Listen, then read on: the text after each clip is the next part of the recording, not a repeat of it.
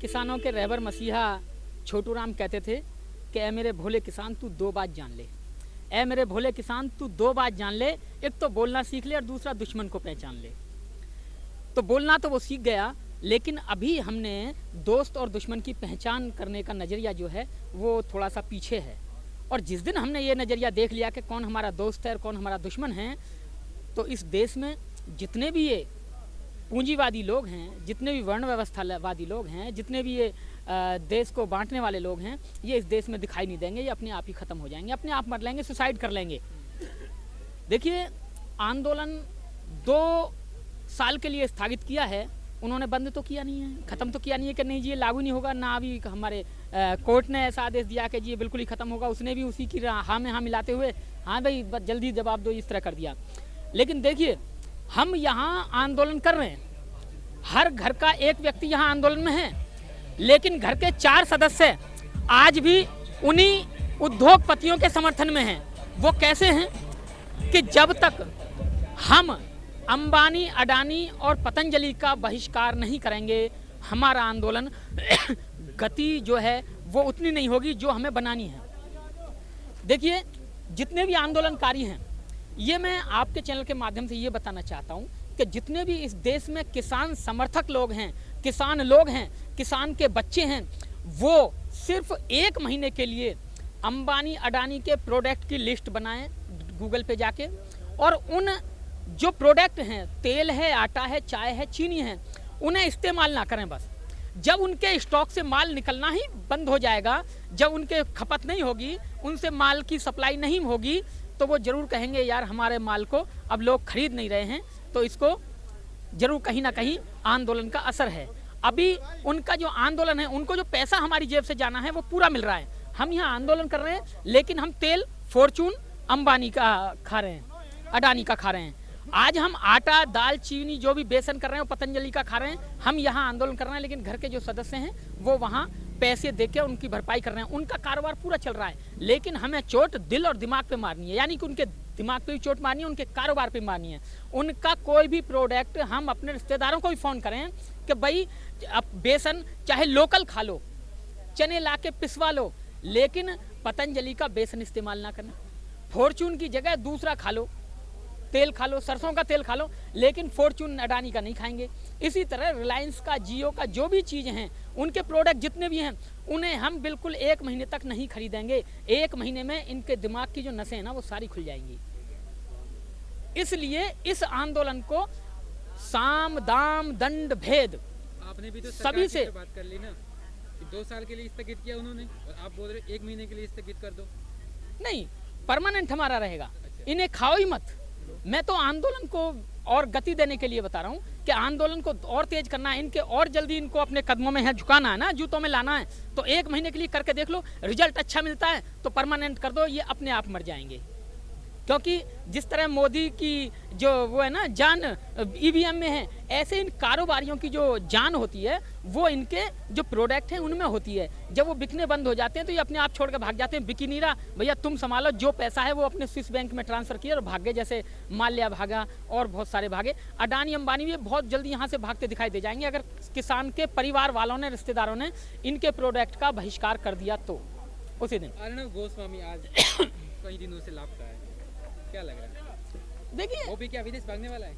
विदेश भागने वाला नहीं है। अर्णव गोस्वामी की जो चैटिंग, मोबाइल की जो व्हाट्सएप की चैटिंग है वो जो लीक हुई है, उससे पता चला है कि हमला होने से, पुलवामा जो वाला हमला हुआ था उससे पहले ही अर्णव गोस्वामी ने चैटिंग पे ये कहा था कि हमला होगा, ऐसे होगा, वो होगा, वो होगा, कुछ बड़ा होने वाला है। इसका मतलब इनकी सोची समझी साजिश थी। और जब ये बात निकली है और उसका नाम आया है तो सीबीआई उठाना है। सीबीआई तो इनका तोता है, वो तो जो रटाओगे वो बोलेगा, तो वो ना उठा ले, या लोगों का गुस्सा ना भड़क जाए, या सेना के जो अपने सैनिक हैं जिनके भाई सेना के साथी मरे हैं वो सैनिक विद्रोह ना कर दें। मुझे पकड़ के ही जब उन्होंने जब आतंकवादी को मारते हैं तो ये भी एक आतंक है, ये भी एक आतंक है। ये देश का आतंक है, वो बाहरी आतंक है। बाहरी आतंकवादी को तो हम देख लेते हैं कि वो उधर से आएगा, लेकिन जो घर में बैठा है उसका पता नहीं है कि वो पीठ में मारेगा, कंधे पे मारेगा, गर्दन में मारेगा, कहाँ मारेगा। तो ये वो आतंकवादी हैं जो हमारे घर में बैठे हैं और हमें पता नहीं है कहाँ से वार करेंगे। इसलिए सैनिकों के डर से, जनता के डर से और कुछ भी समझो इस दबाव की वजह से वो छुपा हुआ है। और ये भी हकीकत है जिस दिन वो बाहर आएगा, जो हमारे सैनिक शहीद हुए थे पुलवामा में, उनके साथी उसे जिंदा नहीं छोड़ेंगे। जहां 20 आतंकवादी मारते हैं एक और सही, तो वो छुपा हुआ है और वो तो बहुत बड़ा लुटेरा है। जिसने उसका स्टूडियो बनाया था उस व्यक्ति का 2 करोड़ रुपया उसने नहीं दिया। जब उन दोनों माँ बेटाओं ने सुसाइड नोट लिखा और सुसाइड किया कि हमारा 2 करोड़ रुपया अर्नब गोस्वामी नहीं दे रहा है, हमने इसका स्टूडियो बनाया, उन्होंने आत्महत्या कर ली। उसके जुर्म में ये 4 दिन जेल भी गया था। और क्योंकि मोदी जी की और इसकी यारी है, तो यारी के कारण यारी ने उसे बचा लिया। लेकिन जैसे ही सत्ता पलट कभी होगा तो ये जेल में आएगा, ये सारे चैनल्स बैन होंगे। हमारा मीडिया सोशल मीडिया है, यहाँ सारी खबर हमें मिलती रहती है। हमारा टीवी हमारे हाथ में है। आपके चैनल के माध्यम से हमारा पूरा मुल्क, जहाँ जहाँ आदमी है वो सब देख रहा है। लेकिन ये चैनल पे एक भी चीज़ ये नहीं दिखा रहे कि आज किसान क्या खा रहा है क्या नहीं है। तो हमें इनके चैनलों का बहिष्कार करना है। हमें सोशल मीडिया पे जो चैनल है, यूट्यूब पे जो चैनल है, उनका इस्तेमाल करना है, इनका बिल्कुल इस्तेमाल नहीं करना है। क्योंकि ये लोग DNA गद्दार हैं। जिस तरह DNA होता है ना, बाप का बेटे में, बेटे का पोते में, इस तरह जाता है, ये उस समय के गद्दार हैं। देश की आज़ादी में भी जब भगत सिंह फांसी झूल रहे थे, ऊधम सिंह जनरल डायर को गोली मार रहे थे, बदला ले रहे थे जलियांवाला बाग कांड का, उस समय इनके जो आका थे वो गद्दारी कर रहे थे। वो RSS के लोग, जो जिनके कहने पर भगत सिंह को फांसी हुई, वो सब RSS के लोग थे। तो ये खानदानी गद्दार हैं, DNA गद्दार हैं। और ये उस चीज़ से कभी नहीं चूकेंगे। क्योंकि मैं बार बार कहता हूँ, ये चूहे के जाए हैं, भिट्ट ही खोदेंगे, बिल ही खोदेंगे। चाहे घर में रहें तो कपड़े नुकसान करेंगे, जंगल में रहें तो फसल को नुकसान करेंगे, और सत्ता में रहें तो इन किसानों का नुकसान करेंगे। ये भला कभी नहीं कर सकते। तो जितने भी किसान भाई आंदोलनकारी यहाँ हैं, मैं सबसे हाथ जोड़कर गुजारिश करता हूँ, अपील करता हूँ कि ये आंदोलन 50 दिन से ऊपर चला गया।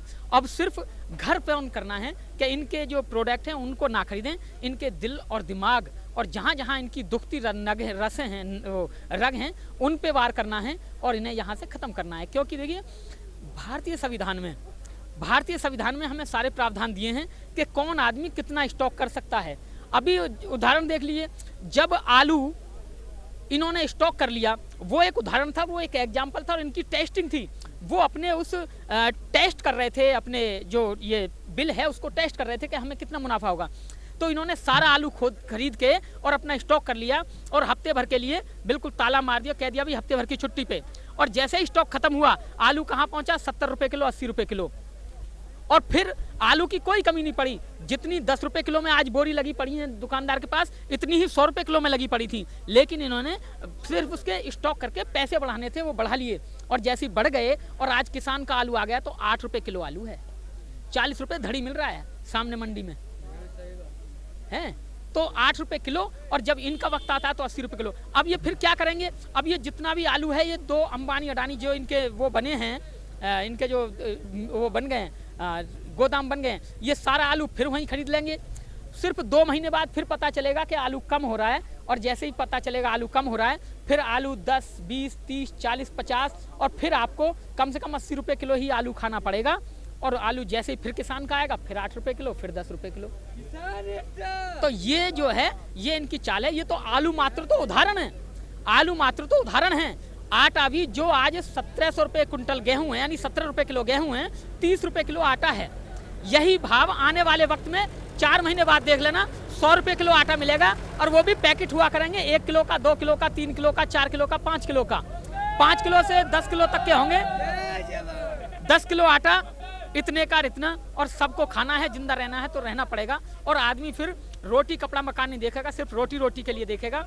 जितना भी कमाएगा वो आटे में ही देता चला जाएगा, अगर ये बिल इसके यहाँ कानूनी मान्य होंगे तो। हम नहीं चाहते कि जो इन्होंने स्थगित किया 1 साल के लिए, 2 साल के लिए, हम चाहते हैं कि ये चीज़ हो ही ना। वैसे तो सभी लोग जागरूक हैं।